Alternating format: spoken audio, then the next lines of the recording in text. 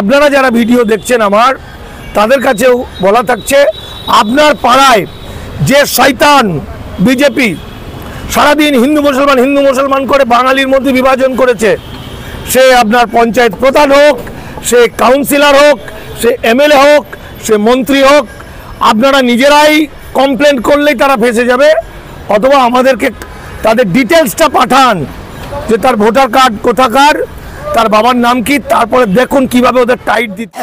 বিজেপির ক্ষেত্রে এবছর খেলা হবে, ওদের অন্তত 50% ভোটে দাঁড়াতে পারবে না। বাঙালি জাতিকে বাঁচাতে আমরা দেখে দেখে গুনে গুনে বেছে বেছে বিজেপির যে ইললিগাল মাইগ্রেন্টগুলো আছেন, অসীম যে আমার মামলার আজকে নিষ্পত্তি হলো, রায় বেরোলো।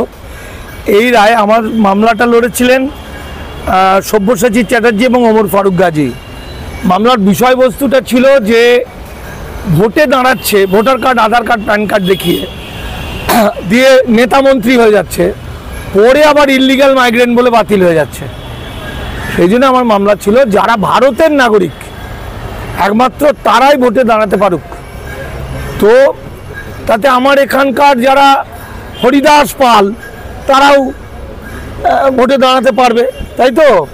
আর ইললিগাল মাইগ্রেন্ট যারা 1952 সালের পরে ভারতে ঢুকেছে পাসপোর্ট ভিসা ছাড়া, এখানে ভোটার কার্ড, আধার কার্ড করেছে এবং ইমিগ্রেশন অ্যান্ড ফরেনার্স অ্যাক্ট অনুযায়ী যাদের 7 বছর জেল এবং 10 লাখ টাকা ঘোষণা করে দিয়েছে ভারত সরকার, এই মানুষগুলো সে যে পার্টি করুক তারা যেন ভোটে দাঁড়াতে না পারে।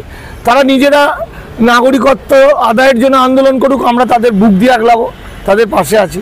তাহলে আগে এই পাড়ের লোকেরা ভোটে দাঁড়াক, এটা ছিল আমার মামলার বিষয়।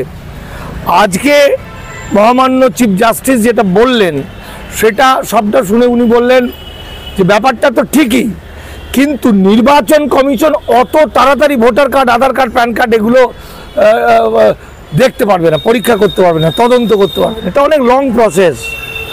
ফলে আপনারা যে কেউ যে কোনো জনের বিরুদ্ধে ইললিগাল মাইগ্রেন্ট বলে মামলা করে দিন, তাহলে তাকে প্রমাণ করতে হবে আমি নাগরিক, তাহলে প্রমাণ করার পর সে ভোটে দাঁড়াবে। ফলে আজকের মামলায় যেটা হলো, বাংলা এবং বাঙালি জাতিকে বাঁচাতে আমরা দেখে দেখে গুনে গুনে বেছে বেছে বিজেপির যে ইললিগাল মাইগ্রেন্টগুলো আছেন, অসীম সরকার, স্বপন মজুমদার, এমপি জগন্নাথ সরকার, এমএলএ আমাদের কী রায় যেন, অম্বিকা রায়, অশোক কীর্তনিয়া, এই যে আমাদের কি বলে ওই নিশীথ পরামানিক, এই যতজন আছে এই সবার নামে আমরা মামলা দায়ের করে দিচ্ছি। এদেরকেই প্রমাণ করতে হবে যে তারা 48 সালের আগে এসছে অথবা 52 সালের ভোটার তালিকায় তাদের নাম আছে। ফলে এবছরের ভোটটাই ওই যে বলা হয় না খেলা হবে, মমতা ব্যানার্জি মুখে বলেছে খেলা হবে, যে ধুমধাম করে কিছু নাচ গান হয়ে গিয়ে খেলা হবে, ওটা নোংরামি হয়, ওটা খেলা হয় না। খেলা হবে এবার, কারণ বাংলা এবং বাঙালি জাতিকে যারা শেষ করতে চেয়েছে, যারা 18টা রাজ্যের উদ্বাস্তুরা বিজেপিকে ভোট দিয়েছে, এবং যে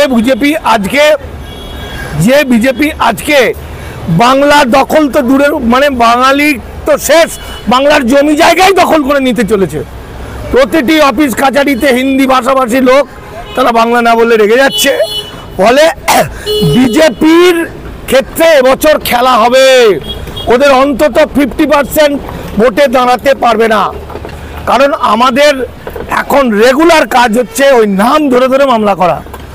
আপনারা যারা ভিডিও দেখছেন আমার তাদের কাছেও বলা থাকছে আপনার পাড়ায় যে শয়তান বিজেপি সারাদিন হিন্দু মুসলমান করে বাঙালির মধ্যে বিভাজন করেছে, সে আপনার পঞ্চায়েত প্রধান হোক, সে কাউন্সিলর হোক, সে এমএলএ হোক, সে মন্ত্রী হোক, আপনারা নিজেরাই কমপ্লেন করলেই তারা ফেঁসে যাবে, অথবা আমাদেরকে তাদের ডিটেলসটা পাঠান যে তার ভোটার কার্ড কোথাকার, তার বাবার নাম কি, তারপরে দেখুন কিভাবে ওদের টাইট দিতে হয়। ছাল চামড়া উদুম করে দেবো এবার আমরা।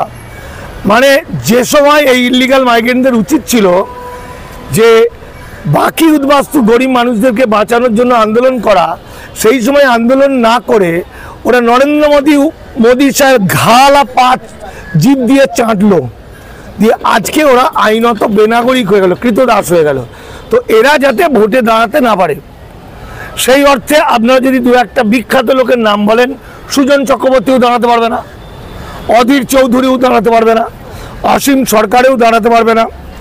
মানে যারা ভারতের নাগরিক তারাই ভোটে দাঁড়াক, আর যারা ভারতের নাগরিক নয় তারা নাগরিকত্ব প্রমাণ করুক, আমরা তাদের পাশে আছি। তারপরে নাগরিক হয়ে তারপরে তারা ভোটে দাঁড়াক, এটাই হচ্ছে আমাদের বক্তব্য ছিল। জাজমেন্টে তাই বললেন, বিচারপতি তাই বললেন যে কেউ যে কোনো জনের, হয়তো আমি কলকাতায় আছি, আমি ওই হরিহরপাড়ার কারো বিরুদ্ধে মামলা করে দিতে পারবো, আমি দার্জিলিংয়ের কারো বিরুদ্ধে কমপ্লেন করতে পারবো যে অবৈধ অনুপ্রবেশকারী। আমি শুধু নয়, যে কোনো একজন আমার রিক্সা চালক ভাই, একজন আলু পটল বিক্রি করে ভাই, সে যদি ইচ্ছা করে যে ও সালা অমুক অধীর চৌধুরীকে ফাঁসিয়ে দেবো, ও মামলা করে দিতে পারে, ঠিক আছে, বা সুজন চক্রবর্তীকে ফাঁসিয়ে দেবো, মামলা করে দিতে পারে। যে কেউ সাধারণ মানুষ হলেই হবে, যে কেউ, যে কোনো সাধারণ মানুষ যে কেউকে বলতে হবে, বলতে পারে, কমপ্লেন করতে পারে, তাকে প্রমাণ করতে হবে সে ভারতের সিটিজেন অফ ইন্ডিয়া, মানে সে ভারতের নাগরিক। এই জাজমেন্টটা এলো।